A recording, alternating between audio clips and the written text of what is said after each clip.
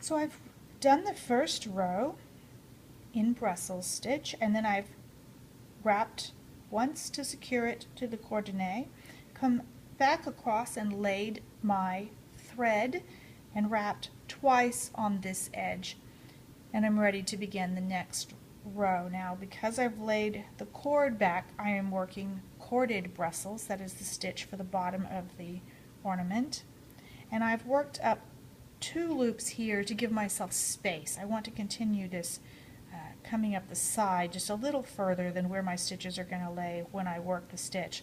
And I now need to make a stitch not through the loop yet from the previous row, but along the coordinate, because I need to make sure I don't have any holes there. So I'm going to make that stitch using the coordinate as the base, and then begin using the previous row's stitches to work the next row.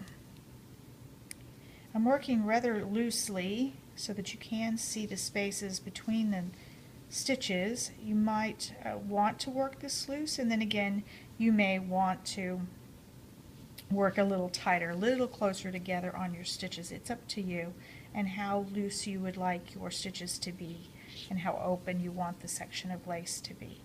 The more open, the more you can see the thread that's been laid back, but that's fine. That is the stitch and what it is supposed to look like. When you get to the other side, you are going to also be working 1 stitch past where you actually have a stitch from the previous row. So this is my last stitch from the previous row. I'm going to work that. Sorry about that. Moved out of the camera's view. And then I'm going to work 1 stitch around just the coordinate. And that brings me up the sides and begins to give a slightly curved appearance to the lace instead of completely straight across.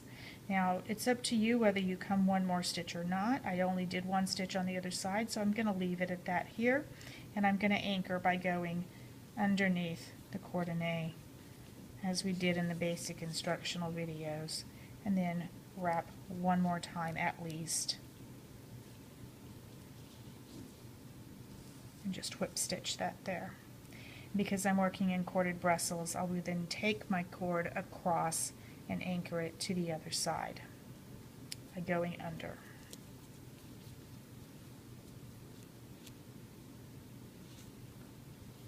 Now I do not have enough thread to continue working this section, so I'm going to anchor 1 more time